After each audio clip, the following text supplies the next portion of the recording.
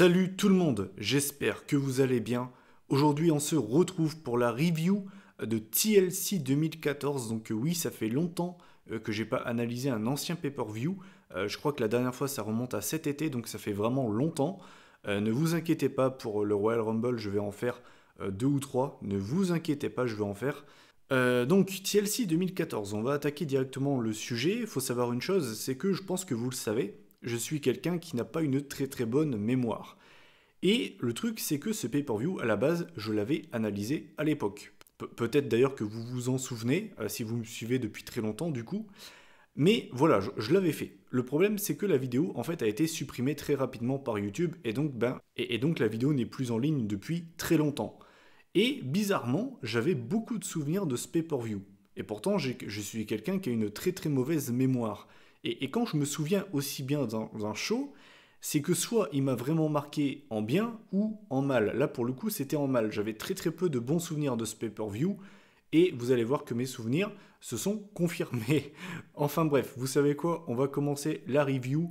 On va déjà commencer comme d'habitude par la petite présentation du show. Donc TLC 2014 se tenait donc forcément le 14 décembre 2014. C'était à Cleveland, Ohio. C'était à la Quicken Loans Arena devant 14 000 spectateurs. Et le thème musical du pay-per-view, c'était Born This Way de Thousand Foot Crutch. D'habitude, c'est un groupe que j'aime bien.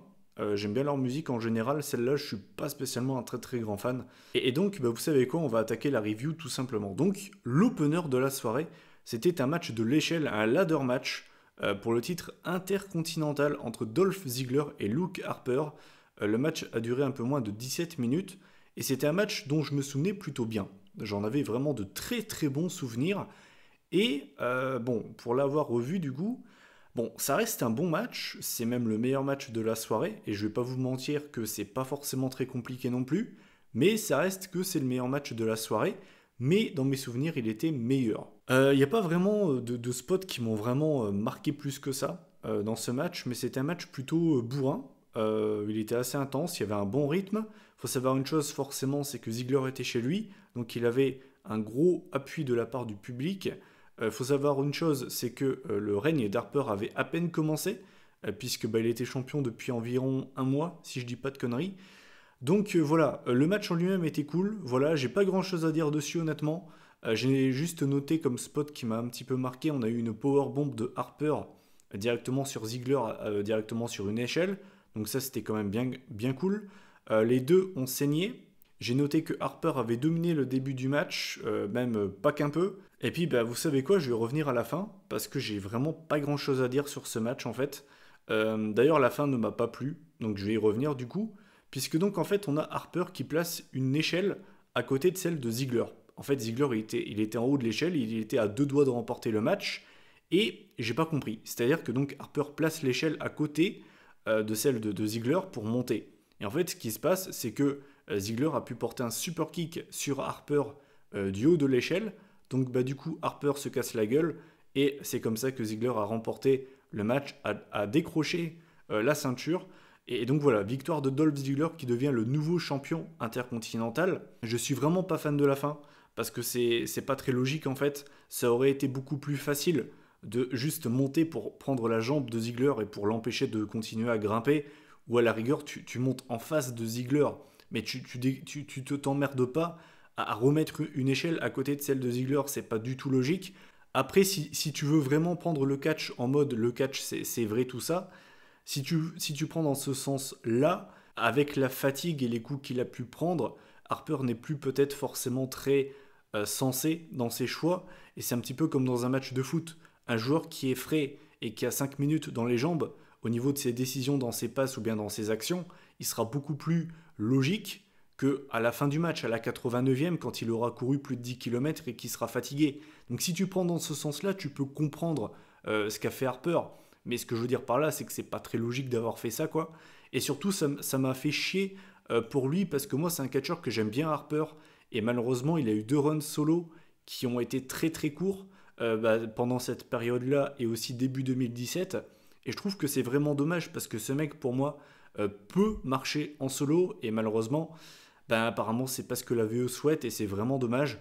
Donc voilà, le règne de Harper aura duré quoi, un mois, pareil, ça me dérange vraiment, j'aurais voulu le voir champion plus longtemps, mais c'est comme ça. Victoire de Dolph Ziggler dans un match qui était quand même bien cool pour lancer la soirée. Du coup, j'ai mis 7,5 sur 10.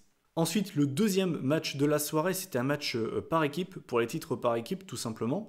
Donc, on avait les champions qui étaient le Miz et Damien Mizdow contre les Usos, qui étaient déjà là à l'époque, dans un match de 7 minutes. Là aussi, j'ai pas grand-chose à dire sur ce match, honnêtement. C'était un match totalement lambda. Il n'y a vraiment rien d'incroyable en fait dans le ring. La fin ne m'a vraiment pas plu, puisqu'en fait, à la fin du match, on a le Miz et Mizdow qui en avaient plein le cul. Enfin, surtout le Miz. Et vu que Mizdow lui obéissait, Mizdow aussi. Donc en fait, ce qu'ils ont fait, c'est que ils ont été chercher les ceintures et en fait, ils voulaient se barrer. Ils se sont dit, voilà, j'en ai plein le cul de ce match, je rentre à la maison. Et en fait, on a l'un des Usos qui a voulu faire un topé suicida sur le Miz, sauf que le Miz a balancé Mizdow. Donc c'est Damien Mizdow qui se prend le topé suicida et derrière, en fait, le Miz frappe le Uso. Donc je sais jamais qui est Jay, qui est Jimmy, avec son Slammy Award, puisqu'ils avaient remporté le Slammy Award, je crois, de l'équipe de l'année. Voilà, victoire des Usos par disqualification. Donc voilà, pour moi le match en lui-même n'est vraiment pas terrible. En plus de ça, cette fin, je suis vraiment pas fan. Mais ce qui a, on va dire, rajouté des points à ce match, c'est la performance de Damien Mizdow, puisque vraiment il m'a fait rire quoi. Il n'y a pas à chier, je veux dire, le mec est vraiment trop drôle. C'est-à-dire que t'as un match normal, t'as deux mecs qui se rentrent dedans dans le ring, ils se mettent des patates, des coups de pied, tout ça. Et puis à côté de ça, t'as un guignol sur l'éperon du ring qui fait des galipettes dans le vide. Enfin, t'es obligé de rigoler, franchement, c'est trop drôle. À un moment donné, les Usos, ils font une double souplesse sur le Miz en le gardant en l'air. Et t'as Mizdow, en fait, qui rentre dans le ring et qui veut faire un poirier dans le coin du ring. Enfin, mais t'es obligé de rigoler, sans déconner. Donc Damien Mizdow, il me faisait vraiment rire à l'époque. Il me fait toujours rire quand je le revois maintenant. Donc j'ai mis 4 sur 10 et j'ai pas grand chose à dire dessus en fait. Merci Damien Mizdow de m'avoir fait rire. Au moins, il y a ça à retenir dans ce match. Ensuite, le prochain match, aïe aïe aïe aïe aïe, on va devoir en parler, puisque c'était le premier, et pour l'instant le seul et l'unique Stairs match de l'histoire. Le match de l'escalier entre le Big Show et Eric Rowan. Il y a trop de choses à dire. Il y a trop de choses à dire sur ce match. Déjà de 1, à quel moment, qui a eu l'idée de faire un match de l'escalier? C'est complètement pété comme stipulation, c'est vraiment nul, sans déconner. C'est nul, c'est nul. Tu peux mettre des high flyers, des catcheurs normaux, entre guillemets. Tu peux mettre des powerhouse, des géants, comme Rowan et le Big Show. Tu peux mettre n'importe quel catcheur dans cette stipulation, je trouve que c'est complètement nul. L'affiche en elle-même aussi, il faut en parler. Big Show, Eric Rowan. Quel mec a été donc au Quicken Loans Arena? Quel mec a payé sa place juste pour voir ce match? Personne. Absolument personne. Et enfin, dernière chose, j'avais totalement oublié que Eric Rowan avait eu un run solo, donc voilà. Et également sa musique. Ça m'a permis de réentendre la musique de Eric Rowan, et je vous invite à aller la réécouter. C'est quand même sacrément dégueulasse, hein. C'est vraiment dégueulasse. Enfin bref, mais quelle horreur, sans déconner, quelle horreur. En plus de ça, le match a duré 11 putains de minutes. Donc je vous laisse imaginer l'horreur que c'est. J'ai noté que c'était long, c'était lent, c'était chiant. Les spots étaient nuls. À un moment donné, on a Eric Rowan qui s'est cru dans Tetris. Le mec, il a commencé à empiler des escaliers. Finalement, en fait, il s'est pris un spire de la part du Big Show dans les escaliers. Enfin, c'était nul, franchement, mais c'était nul, bordel. Et finalement, c'est le Big Show qui l'emporte avec un chokeslam sur Eric Rowan directement sur un escalier, enchaîné du KO Punch, d'ailleurs qui paraissait très très soft en plus de ça. Donc victoire du Big Show sur Eric Rowan. C'était horrible, c'est le pire match de la soirée. Les gars, plus jamais vous nous faites ça, hein. Vraiment, plus jamais vous nous faites cette stipulation parce que c'est juste horrible. Du coup, j'ai mis 2,5 sur 10. Et là, on est vraiment en train de creuser très très bas. Ensuite, on avait l'un des meilleurs matchs de la soirée. C'était un tables match entre John Cena et Seth Rollins. À noter qu'il y avait une stipulation. En fait, si Cena perdait ce match, en fait, il perdait son opportunité contre Brock Lesnar, qui était à l'époque le champion. Donc voilà, fallait pas que Cena perde, tout simplement, c'était un match assez important pour lui. Le match a duré 21 minutes et euh, ce match est vraiment parti dans tous les sens. C'est-à-dire que ça m'aurait pas choqué de voir Lionel Messi débarquer en plein milieu du ring pour serrer la main de Rollins et de Cena et de se barrer dans le public. Ça ne m'aurait absolument pas choqué, vraiment. Tout était possible. Tu aurais pu avoir un hélicoptère qui débarquait dans l'arena, ça m'aurait même pas choqué. Vous allez comprendre pourquoi je vous dis ça. Donc déjà, bien évidemment, on parle de Seth Rollins en 2014. Donc c'était forcément Mr. Money in the Bank. Il était heel, il était avec l'autorité. Et donc, qui dit Rollins heel dit la J&J Security. C'est-à-dire que la J&J Security, ils ont aidé Rollins pendant presque tout le match.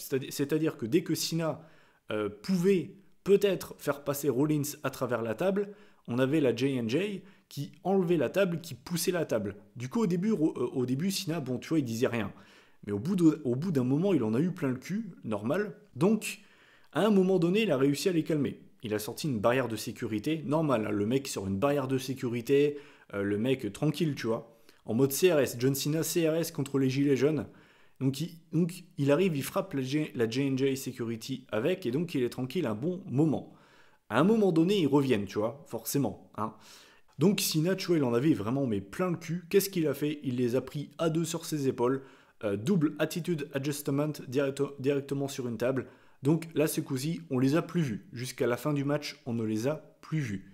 Ce qui s'est passé ensuite, c'est que le match a continué, et à un moment donné, John Cena, il prend Rollins et il l'emmène avec lui directement à travers une table. Ce qui au passage n'est pas très intelligent. Hein. Le but, c'est de faire passer ton adversaire à travers la table, mais toi, tu ne dois pas passer avec. Sinon, tu gagnes pas ton match en fait. Enfin, bref.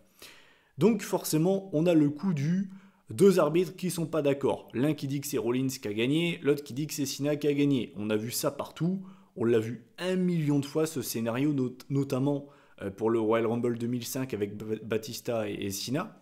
Et donc l'arbitre qui est en charge du match, il dit hop hop hop hop hop, vous inquiétez pas, on recommence le match. Donc le match il recommence. On a un attitude adjustment de la part de Cena sur Rollins sur la table des commentateurs qui ne casse pas. Donc le match continue, le truc de ouf, tu sais. Normalement 9 fois sur 10 cette table elle casse, mais là comme par hasard elle casse pas. On a le Big Show qui vient. Et ouais les gars, le Big Show il vient. Le Big Show il devait se faire chier en backstage. Il a vu qu'il y avait un match, il s'est dit hop, bon bah pourquoi pas, je vais passer ma tête. Donc on a le Big Show, il commence à frapper Cena, tout ça, tout ça. Et là bim badaboum. On a la musique de Roman Reigns. Je vous l'ai dit les gars, il y a eu 1 million de trucs qui se sont passés dans ce match. C'est du n'importe quoi. Donc Reigns qui avait quand même été élu à l'époque superstar de l'année. Pour ceux qui me suivent depuis longtemps, peut-être que vous vous en souvenez de ma vidéo bilan de l'année 2014. Qu'est-ce que ça avait pu m'énerver à l'époque, sans déconner. Le mec a rien foutu de l'année. Il est élu superstar de l'année. C'est du n'importe quoi, sans déconner. Donc Reigns, il arrive, il vient aider Cena, donc il se débarrasse du Big Show, il met un Superman Punch sur Rollins et derrière John Cena enchaîne avec un Attitude Adjustment directement sur une table. Donc victoire de John Cena qui bat Seth Rollins et donc eh bien, John Cena aura son match contre Brock Lesnar, ce qui va donner lieu à l'un des meilleurs matchs de ces 5 à 10 dernières années entre Lesnar, Rollins et Cena au Rumble 2015. Mais tout ça pour dire que c'était un match où il s'est passé beaucoup trop de choses. C'est de l'overbooking, mais là, alors là, c'est de l'over de chez overbooking à son paroxysme, sans déconner. C'est parti dans tous les sens. Ils se sont servis de tous les codes du catch. Ce match, c'était du n'importe quoi. Au-delà de ça, c'était pas genre un mauvais match. C'est un match que j'ai trouvé plutôt fun, qui se laisse totalement regarder. C'est pas mauvais. Mais c'est vrai que moi je suis pas spécialement un immense fan de ce style de match où ça part dans tous les sens, à droite, à gauche. T'as tout le monde qui vient, c'est du n'importe quoi. Mais ça reste un match quand même plutôt pas mal. C'était l'un des meilleurs matchs de la soirée. Donc j'ai mis la note de 7 sur 10. Ensuite, on avait un match pour le Divas Championship. Donc à l'époque, c'était Nikki Bella qui était la championne face à AJ Lee. Donc c'était la revanche des Survivor Series qui avait vu Nikki Bella l'emporter. Hein. C'est d'ailleurs là que son règne avait commencé. Le match, donc ce coup-ci, a quand même duré beaucoup plus longtemps, puisqu'au Survivor Series, le match a duré 40 secondes. Là, il a duré presque 8 minutes, donc j'étais d'ailleurs étonné. Je pensais pas qu'il allait durer aussi longtemps. Donc voilà, en fait, ce match, je vais vraiment pas y rester longtemps dessus. C'était ni mauvais, ni bon. C'était correct, moyen, ça se laisse regarder, c'est pas horrible. Il y a eu pire que ça, vraiment. Il y a eu vraiment pire que ça dans ce show. À un moment donné, on a un Shining Wizard de la part de AJ sur Nikki, donc tu te dis, ah, peut-être que AJ va reprendre la ceinture. Finalement, Brie, elle met le pied de Nikki sur la corde. L'arbitre le voit, donc il décide de renvoyer Brie Bella en backstage. Donc là, je me dis, ouf, je vais arrêter d'entendre Come on, Nikki, come on, parce que ça, faut savoir un truc. Si vous détestez les Bella, je pense que vous aussi, ça vous casse les couilles. Quand c'est Nikki qui est dans le ring, t'as le droit à des Come on, Nikki. Et quand c'est Brie qui est dans le mode, c'est Come on, Brie. C'est insupportable. C'est vraiment insupportable. Je vous jure, quand vous n'aimez pas les Bella, vous n'entendez que ça du match, vous pétez un plomb, je peux vous l'assurer. Donc je me dis, putain, enfin, je vais plus l'entendre. Et le truc, c'est que pendant que l'arbitre avait le dos tourné, on a Nikki Bella qui sort du spray. Et donc, en fait, elle asperge AJ avec. Donc, AJ, elle est totalement aveugle, elle voit plus clair. Et Nikki Bella en profite avec une sorte de coup d'avant-bras, c'est une sorte de boule à meur. Et derrière, elle lui porte son rack attack pour la victoire donc de Nikki Bella sur AJ Lee. Elle conserve le Divas Championship. C'était un match ni nul à chier, ni excellent. C'était un match correct, moyen, ça se laisse regarder. C'est pas non plus un étron. Du coup, j'ai mis 5 sur 10. Ensuite, on enchaîne avec, là, pour le coup, je vais vraiment utiliser le terme étron. Quelle idée, là aussi, de faire cette affiche, sans déconner. C'était un match de la chaise, un chairs match. Alors, je pense que vous le savez, je n'aime pas cette stipulation. Je suis vraiment pas fan de cette stipulation. Pour moi, le seul bon chairs match qu'on a eu dans l'histoire de la fédération, ça reste un match entre Kalisto et Baron Corbin. Je crois que c'était à TLC 2016. C'est le seul bon match avec cette stipulation que j'ai en tête. Tous les autres, ils étaient soit corrects, moyens, voire vraiment mauvais. Et celui-là, attendez, parce que je vous ai pas encore dit les participants, on avait Ryback contre Corporate Kane, la pire version de Kane. Et le match a duré presque 10 minutes. Et là aussi, c'est un peu comme Eric Rowan Big Show. Tu regardes les minutes passées, tu te dis putain, vivement que c'est terminé, c'était horrible. Là aussi, il n'y avait pas de rythme, c'était lent, c'était long, c'était chiant. Les spots n'étaient pas spécialement incroyables, loin de là. Le seul moment cool du match, vraiment, c'est à un moment donné Ryback qui prépare sa grosse clothesline de bourrin. Et en fait, Kane lui balance la chaise dans la gueule. Ça, j'avoue, c'était cool. Ensuite, il enchaîne avec un chokeslam, mais Ryback se dégage à deux. Et finalement, c'est Ryback qui l'emporte avec son shell shocked. Mais c'était vraiment pas terrible. C'est l'un des pires matchs de la soirée. C'est pas aussi nul que le Rowan Show, mais c'est vraiment juste au-dessus. Vraiment juste au-dessus. Du coup, j'ai mis 3 sur 10. Ensuite, on enchaîne avec l'avant-dernier match de la soirée. C'était donc pour le titre US, le titre des États-Unis. On avait le champion qui était Rusev à l'époque, qui était invaincu. C'était The Bulgarian Brute, accompagné par Lana, contre Jack Swagger, qui d'ailleurs, si je ne dis pas de conneries, va bientôt commencer sa carrière en MMA. Peut-être allons-nous avoir Jack Swagger contre Conor McGregor. Ça pourrait être quand même pas mal. Je le vois bien arriver sur le ring de MMA à faire We the People. Les gens vont pas comprendre, mais bon, bref. Il sera seul dans son délire. Le match a duré 4 minutes 50, donc c'était vraiment pas long. Le match en lui-même était franchement pas genre dégueulasse. Bon, il est pas assez long, très clairement.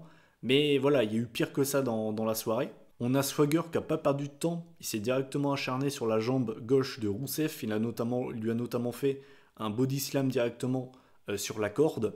Donc Rusev, il douillait dès le début du match avec son pied. On a Rusev qui a tenté une première fois l'accolade. Finalement, Swagger a résisté un bon moment. Il a même réussi à contrer la prise avec le Patriot Lock, donc la version de Jack Swagger du Ankle Lock. Finalement, Rusev arrivera à s'en sortir et va même remporter le match avec un match kick enchaîné de l'accolade, la deuxième du match.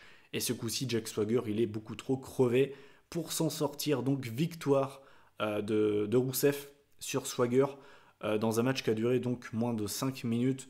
J'ai mis 3,5 sur 10. Et donc le main event, c'était un match qu'à l'époque, vraiment je l'attendais. Et pourtant, il y en a un des deux que j'aime vraiment pas. C'était Bray Wyatt contre Dean Ambrose.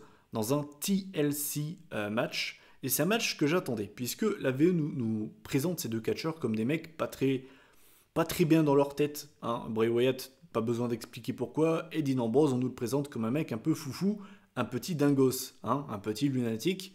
Même si je pense que vous le savez, le Ambrose Face, c'est vraiment pas ma cam. Mais genre vraiment, vraiment pas ma cam.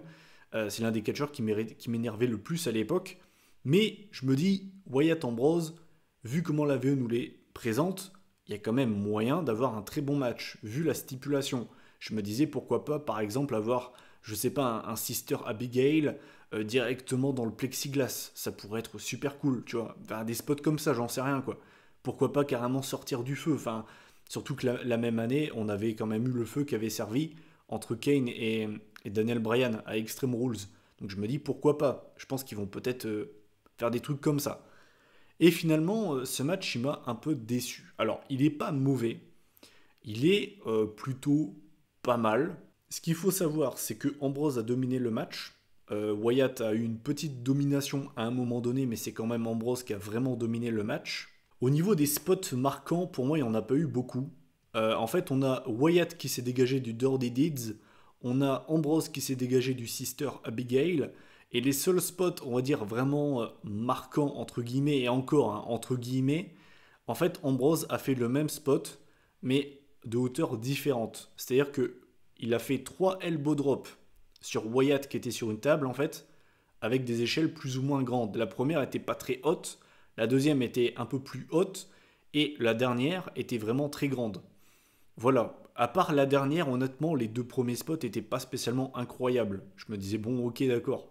Rien de foufou, quoi. Et en fait, ce match, je vais revenir à la fin, parce que pour moi, c'est vraiment ça qu'il faut retenir de ce match, c'est la fin.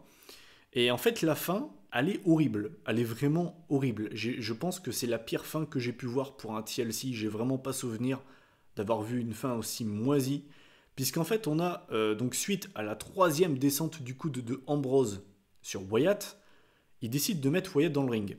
Et tu sais pas pourquoi, mais Ambrose, il a vu une télé sous le ring, qui était branchée. Alors déjà, pourquoi ? Pourquoi une télé est branchée sous le ring ? Faudra m'expliquer, hein ? Donc en fait, ce qu'il veut, c'est qu'il veut frapper Wyatt avec.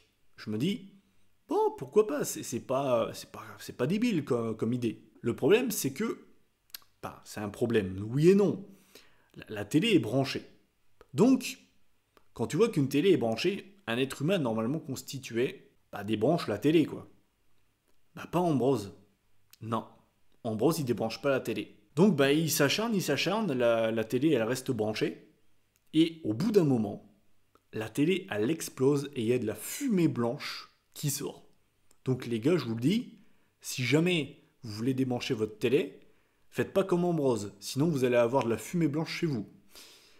Du coup, Ambrose, il est aveuglé. Il voit plus clair. Le pauvre Ambrose, il voit plus clair.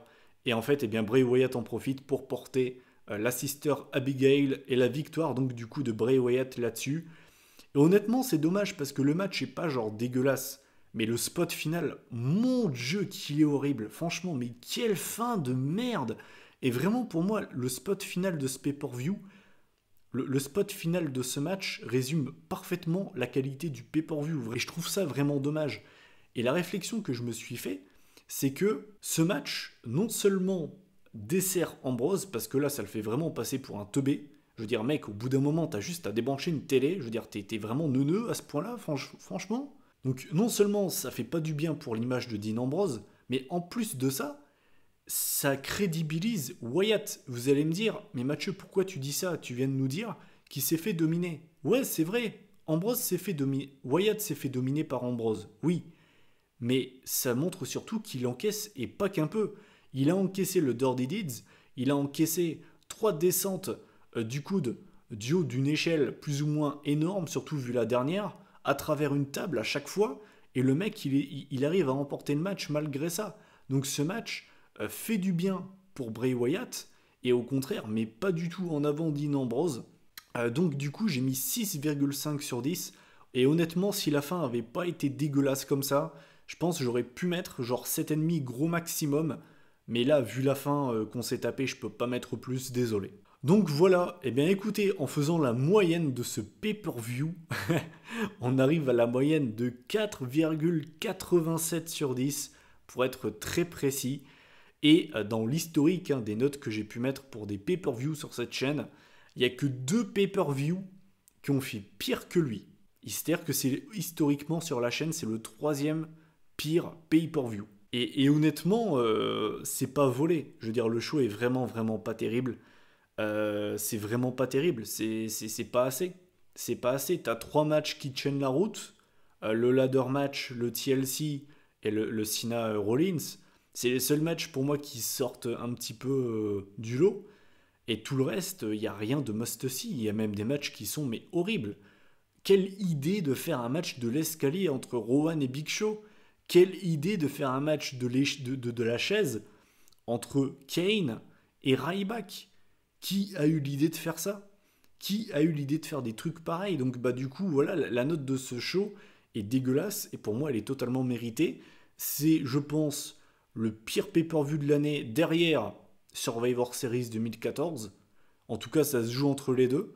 Mais c'est vraiment pas terrible, quoi. C'est vraiment pas terrible et j'espère du coup bah, que l'édition 2018 sera vraiment meilleure que celle-là. Normalement, oui, vu la carte, mais vous savez, avec la WWE, on peut jamais vraiment être sûr.